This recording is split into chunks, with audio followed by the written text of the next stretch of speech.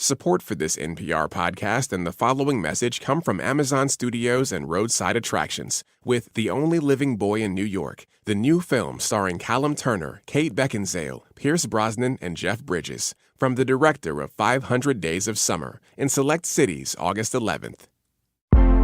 Hey pals, Lauren Ober here with a very special Pride edition of The Big Listen. June is Gay Pride Month. That's when the Stonewall riots happened back in 1969 that led to the modern gay rights movement. And we thought it would be nice to mark the occasion with a fun chat with two LGBTQ pioneers, the musicians Tegan and Sara, who also happen to be devoted podcast fans, FYI. The identical twins have been making music together since the mid-90s. They've been openly gay since the start of their career, and they've always been vocal advocates for the queer community. You know, we always would say, like, we're gay, but we're not a gay band. We're just gay people that are in a band. Recently, they started the Tegan and Sara Foundation, dedicated to economic justice, health, and representation for LGBTQ girls and women. During our interview, the pair had a lot to say on the joys of air travel, the business of music, and the Beatles of podcasting. Basically, the Canadian pair just had a lot to say, period. They are renowned talkers. Honestly, I could have snuck out of the interview and they would have kept going without me. Anyway, here's Tegan and Sara. Enjoy.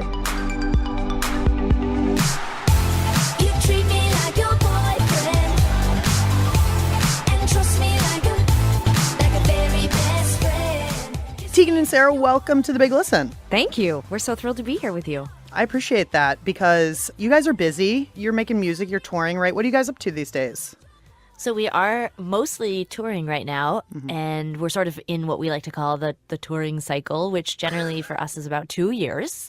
And we do headline shows. We tour international markets. We're about to start our festival season, and we're gonna wrap up hopefully around Christmas time. And we've also just launched the Tegan and Sara Foundation, which has been very exciting for us, and it's taken up any spare time that we do have when we're not touring.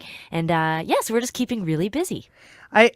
This kind of disappoints me because I had it in my mind that you guys were just like hanging out by the pool drinking like white wine spritzers or something. Oh yeah, day drinking. We fit in day drinking in pools as much as possible. Eating bonbons and just like whiling your days away. So you're actually out working. We are working, yeah. Occasionally we take some time to really bask in the insanity and apocalyptic nature of American politics, but mostly we're working. I just bury my head in the sand for a little bit if I were you, but I like that you said we're in a touring cycle. That sounds so formal. Yeah, it is quite formal what we do. Like it's funny because we're very disciplined. You know, we started in 1997 and we have a very regimented, like, structured organization around us. And Sara and I are still incredibly up to speed on every sort of day-to-day item that's happening, every action item and everything that's open and pending. Like, we really still do a lot of that day-to-day stuff. Next year, we're going to be off, though. And so there'll be a lot of, you can just imagine Sara and I in some sort of pool flotation. Good, drinking, yes. Pool noodles. Sunglasses. Right, yeah. The whole nine, a lot of noodle action, yeah. I know. So when you are touring, when you're doing all this touring, do you have downtime or are you just like filling in all the gaps with business? No, you know what? Actually, touring is sometimes more relaxing than being home. And that's when we really, I think that's why we love still touring and traveling. When we had to fly back and forth to the East Coast twice in the last 2 weeks and people were around me were like, oh, you must be dreading it. And I thought, no, because I get to listen to all my favorite podcasts. I get to watch all the TV shows I'm behind on and I get to drink wine on an airplane. Like, it sounds like a vacation. It's so nice. That's our Cabo is like going into on an American Airlines flight and drinking cheap wine. I'm like, are you sure that I should be on a direct flight to DC? Shouldn't I stop in Austin? Feel your breath on the back of my neck, back of my neck. Feel your heart beating out of your chest, out of your chest. So you did mention catching up on the podcasts. Obviously, that is what we do here. What are you listening to? What are both of you? Oh, and I feel like I should mention, if it wasn't obvious already, that you all are related, which is why you sound a little bit the same, and it's radio, and sometimes it's hard to tell, but I don't care that nobody can tell you cares. apart. That's actually Even we don't care. A consistent theme through our career is like, I don't know, one of them said it. You know, I don't even know why people attempt to quote us as. I mean, I guess when we do separate interviews. Are you ever allowed to do separate interviews, or is it just like Yeah, we do now. contractually? We do Oh now. yeah, But back in the day, we were like, If I would have back in known the that, I day- would have just asked one of you. I think there's certain things that we do well together, and I think things like this work really well. But sometimes there'll be, a demand like, can we get both Tegan and Sara on this local paper interview over the phone for 10 minutes? And I'm just like, no, sorry, it's just too confusing. No shade to local papers or anything, but No, but they got only 10 minutes. It's like, Yeah. you've already heard how much we talk. Can you imagine? You ask me one question, 9 minutes would go by. Sarah would have already disconnected. yeah. Like I don't think any of those people actually want to do a 45-minute interview, transcribe it, and then be like, oh yeah, and really, actually, we're just telling people that you're playing at like the local bar tonight. Like they don't really need to hear our life story. But it's interesting about podcasts because I before podcasts were a thing. This is Sarah, just because I want to be clear about this. Look what we started now. Now we have to announce ourselves before we speak. I started listening to This American Life just on public radio when I moved to Montreal in 2002. And when I used to sort of like have to really scrounge around and look for it, and sometimes just have to listen to it as it was going up live on the radio. And one of the things that I completely love about podcasts is just how easily accessible, downloadable some of my favorite episodes are now for a program like This American Life, which has, what is it, like 18 years or something of they've been on the air for 100 18 years. Like a million years since the beginning of time. And so I love now to be able to go back and download, like when we're doing like an international flight, I'll go and like actually look through the archive and download my favorite episodes from the past. And I find that show to be, it's just my ultimate. It's like your go-to. Yeah. It's my go-to. It makes me feel safe. It makes me feel happy. It makes me cry. I laugh. It's like a security blanket. It's my security blanket podcast. Yeah. It really is. And do you find that that's the only thing that you listen to because their back catalog is massive, or do you listen to some newer things that come down the pike? Yeah, I spice it up. They're sort of like my No one has ever said that in terms of podcasting. That was Sarah. I like to spice it up sometimes and definitely try something different. But if people are gonna quote this online later, make sure outside the quotes is Sarah. She also says folks all the time now. I too. love folks. You can always tell if it's a Sarah quote because I would never ever use the word. We're just simple folks. Yeah, we're just simple folks. Sarah's transformed herself into Barack Obama. I'm old now. I love Barack Obama. I would love to be able to speak as eloquently as he does. No, I think that for me, This American Life is almost like my Beatles. Like people are always like, you're like, what do you listen to? And they're like, I listen to the Beatles. Everything is about the Beatles, and they compare everything to the Beatles and which albums were better and whatever. And I think in a weird way, I've always been such a like my catalog of what I listen to in terms of music is so big and huge and whatever.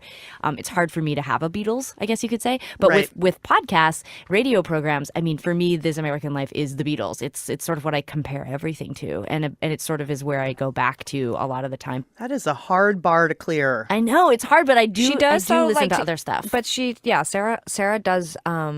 She doesn't get stuck on something, and she's a avid sharer. So when she finds something she loves, she shares. And Sarah got me into This American Life, but she also recently got me into. This is me segueing into another podcast, by the way, you guys, in case you're really good watching segue, this. Tegan. No, that was great. Yeah. I'm so glad you did that for us. Never was gonna stop really- talking about This American Life. Yeah, I was really worried. That we would never highlight any other amazing work that's being done out there. But we love Two Dope Queens. Sarah was like, "You got to hear this podcast. It's so funny. You're gonna love it." And I really love podcasts, and I put them on when I'm cooking and doing stuff like that. But I'd never been on an airplane. I never listened to a podcast. I'd rather music or TV, I'll read. But Two Dope Queens, I became so obsessed with, and I had the whole first season to catch up on, and I loved it and enjoyed it so much. And so I started listening to it on the tour bus, but I would fall asleep halfway through. So, because it's like 3 a.m, right? So I'd spend like the first 10 minutes laughing and enjoying, and then I would fall asleep. So the next day I would have to like start it back over again. So I feel like I can like quote verbatim the entire first season because I've listened to each episode like 100 times. That's right. You absorbed it through osmosis. Yeah. But I absolutely love that podcast, and then of course got into So Many White Guys after that. And Right. I feel like they are so wonderful, and it's really opened up this whole other world now because I listen. Well, I mean, I already sort of knew who Cameron Esposito and Rio Butcher were, but that got me into Put Your Hands Together, their podcast. Yep. They're so great. Yeah, they're hilarious. There's like the LGBT Center here in Los Angeles had a big gala this past weekend, and and they hosted the event. And my nightmare is that Sarah and I, from time to time, we get asked to host things, especially up in Canada where we're much bigger and like taller, like compared to the population. Like everyone there is tiny. So we've been asked to like host some things in the past, and we panic. We're like the exact opposite of most celebrities or musicians or actors or anything like that. Like when people are like, big news, you guys, you got a spot on Conan or whatever. I just am like inside, I think, oh no, 2 more weeks to dread this. And as soon as it's over, I'm so happy we did it. It's very hard to explain to people. We've both processed it a lot, probably with each other and our family and friends and in therapy. But I'll tell you, it's like one of the things that I dread most is that we'll be successful and we'll be asked to do things. Well, you know how you avoid being asked to do all that stuff is like, just don't be good. Yeah. Well, like nobody asks you to do stuff if you're garbage. So maybe just consider. I think there's also That's my tip. There's this really interesting thing too that I think both Tegan and I sort of struggle with, which is that, I mean, you get into at least for us, we got into the music industry to play music. And so a lot of times a lot of these public things that we're so nervous to do don't have anything to do with music. And so a lot of times I think it's about us feeling like, do we even have the skills required like to do this event or whatever? And a lot of times people will say, oh no, you're great, or you're funny, or here, you can memorize this paragraph of like script. And I'm just like, no, I don't know how to memorize anything. I barely got out of high school. It's a miracle that I have this one skill. Like, just let me play music. So it's definitely confusing. I will add to that though, that some of my fear about hosting specifically, so not playing on television, but hosting, I can draw a comparison to a podcast. Once again, this is Tegan bringing it back to podcasts. I know, watch this one, you guys. Yeah, thank you, Tegan. Tegan's annoying me. There's like a live commentary underneath us when this goes up. I'm going to be up in there being like, it's because I really prepared. I really thought about all the podcasts that I've loved. I appreciate that. One of my favorite podcasts of all time was Here's the Thing with Alec Baldwin. And I think what made the podcast incredible and tremendous and interesting, and for me just like one of the best things ever, was that he wasn't just interviewing someone, he was constantly and often interrupting them to tell his own story. And I mean, that wouldn't have worked with any other host. It had to be someone who has had such an interesting story and could insert anecdotal tales of himself that almost sometimes trumped the person who he's interviewing. We don't use that word anymore. Oh, I'm sorry. We'll bleep it. Okay, Don't bleep it out. Bleep Bleep it out. Fine. Sorry. Ugh. But my fear is that sometimes Sarah and I can't control it. When we get nervous, we get anecdotal, and we get we get silly, and we tell jokes, and we try to disarm the audience, and that's a lot of where my fear comes from. Is that when people like we did an event last weekend, and I caught myself halfway through panicking, like I just wanted to just run, because it's like I start to feel that the room is really paying attention, and then I start to panic, like, we've been here too long, we're taking up too much space, trip Sarah while they're not watching, run, like it's just, I panic really easily. So it's so interesting. It's that Tegan. Okay, like I like the Alec Baldwin podcast as well, but it gives me a lot of stress, so I can't really listen to it very like back to back. But it's so interesting because for some reason I'm thinking to myself right now that I think Tegan really likes like a sort of almost combative approach to she likes loud podcasts. She likes podcasts that are a little messy and like theatrical, and there's a lot going on. And I tend to sort of like how I choose a therapist. Like, I don't want to know anything about the person hosting the show. Like, I listen to Fresh Air with Terry Gross. I don't feel like I know damn thing about Terry Gross. I have And absolutely you never no idea. will. And you'll never know. Never know anything And about she might her. hate the people. You can't tell. Like, it's very, very rare that I think to myself, I think Terry likes that person. Like, most of the time I think, does she hate that person? Are they giving a good interview? I can't tell. And that's how I feel about therapy. I need my therapist to never say anything about their life, their kids, their partner. Is there a podcast about therapy? Oh, I'm sure there are. There are thousands. Yeah, a lot of nods. I'm sure there are a lot of people who are podcasting their own experience about therapy. I'm sure there are therapists that are podcasting experience. I mean, it's that feedback loop is deep. I can't deny I'm begging for attention, dropping hints, hoping for some tension, getting tired of making all this racket. I had a question for you guys. So I know that you guys have a very long history of being involved in LGBT advocacy and with your new foundation, the Tegan and Sara Foundation. And I wonder if you've ever landed on any sort of LGBT or LGBT adjacent kind of podcast that That's awesome. you like. Yeah, actually, the other day, Phoebe actually wrote us. I had been posting about how much I love Two Dope Queens, and she direct messaged and was like, you guys are so great. Thanks. Also, check out Nancy podcast. So we've been enjoying that podcast very much. Well, I just said that about Sarah, but I know you enjoyed the first 2 episodes. Have you been enjoying the rest, Sarah? Yeah, I have, and I really do.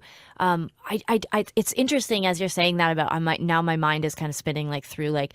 I guess I don't necessarily think of podcasts in those types of categories. Like I guess I just haven't thought about that before. But again, I mean, sorry to do this. Going back to my Beatles, I think one of the things that I loved about This American Life, especially when I first started listening to it, so this would have been about 2002, 2003, was that it was so obvious to me that a lot of the people who were contributing to the show, fairly frequently were queer. So like that's where I discovered David Rakoff, David Sedaris, of course, and it's Dan Savage. But it's it was sort of one of those things where I felt like it was one of the first examples for me of LGBTQ issues and people sort of integrated into a podcast or a radio show that really didn't have to necessarily be specifically LGBT focused. And also sometimes the stories or the pieces that were being done by a person who was obviously identifying somewhere on the LGBTQ spectrum. But sometimes their stories or, the whatever they were talking about had nothing to do with being queer. Yeah, so absolutely. I thought it was a very interesting way of showing that there is a way to sort of speak both as a queer person and about things that are related to being LGBTQ, but have a broader audience be interested in those things, and also have the perspective of a queer person sort of looking at other issues, whether it's like something that's going on in the education system or whatever. Well, and I feel like that's why Nancy's going to be, I think it's such a cool podcast, because I think that even though it is about it's queer stories and queer people, like I think that they're really amazing stories, and they're really relatable and really moving and educational at the same time. I mean, I got caught crying listening to, I think it was episode 2 where the woman's talking about the woman that had been on the camping trips with the family, like ran the store or whatever, and like the way that she dressed and her Tegan, keys and the whole thing. I know, I'm the the episode worst. I'm sorry. blurbs for their podcast. Shut up. The girl who was talking to a girl who was at a thing about something.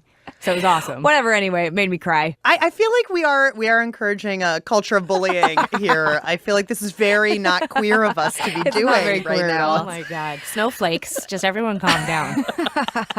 Whatever, episode 2, Nancy, next one. So good. That show's going to see a huge uptake in downloads. Oh, whatever. I can't retain anything. Huge. It's going to be huge.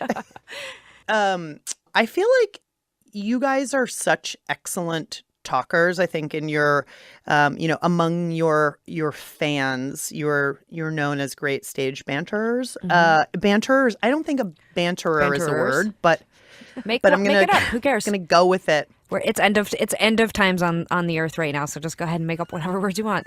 We'll just banterers away. It's Lauren Ober's End Times Dictionary, so it's great.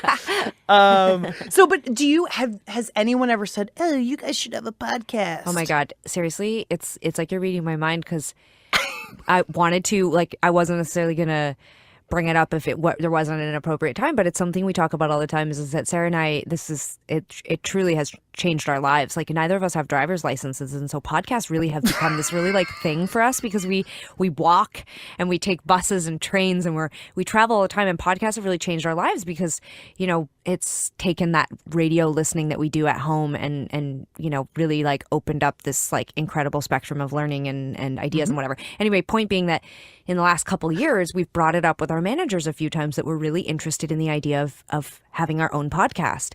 And they did some sort of initial investigating and they kind of came back with like a bit of a Debbie Downer, like, nah, nobody really thinks that that's a good idea. Or it's like, not they were talking. Who are these people? Well, they were like saying that a lot of the people fire them. Yeah, they're basically saying that a lot of people kind of had like it's hard to get people to listen and you can't get people to pay. And we were sort of like, well, we just love the idea of telling stories, as you know. Anyway, so here's the thing. Okay. That was a lot of information to say this. Yes, we have thought about a podcast, but here's the thing. We have an idea. Do you want to hear it?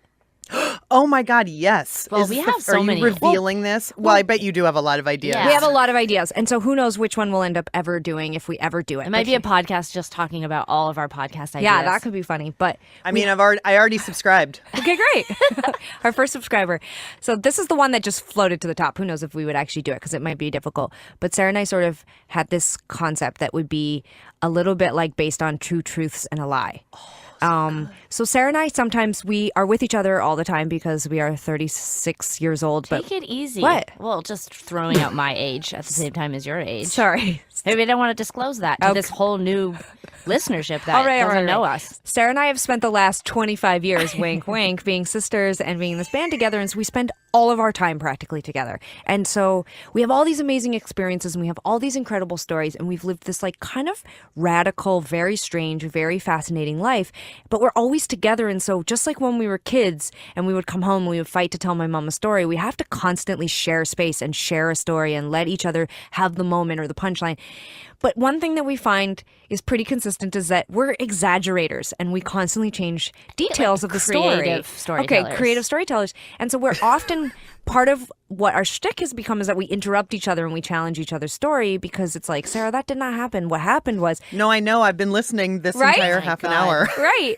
Even the way she's telling you this idea, I'm like, well, nobody's going to like this idea the way you're telling it. So we thought it would be really hilarious and interesting, fascinating to investigate stories that we find discrepancies in. So a story that I remember as being like, this is how we signed this record deal. And Sarah's like, no, that's not what happened. And then we actually go and we investigate. We interview the people and we figure out who is telling the truth. Like who has the story down? What do you think?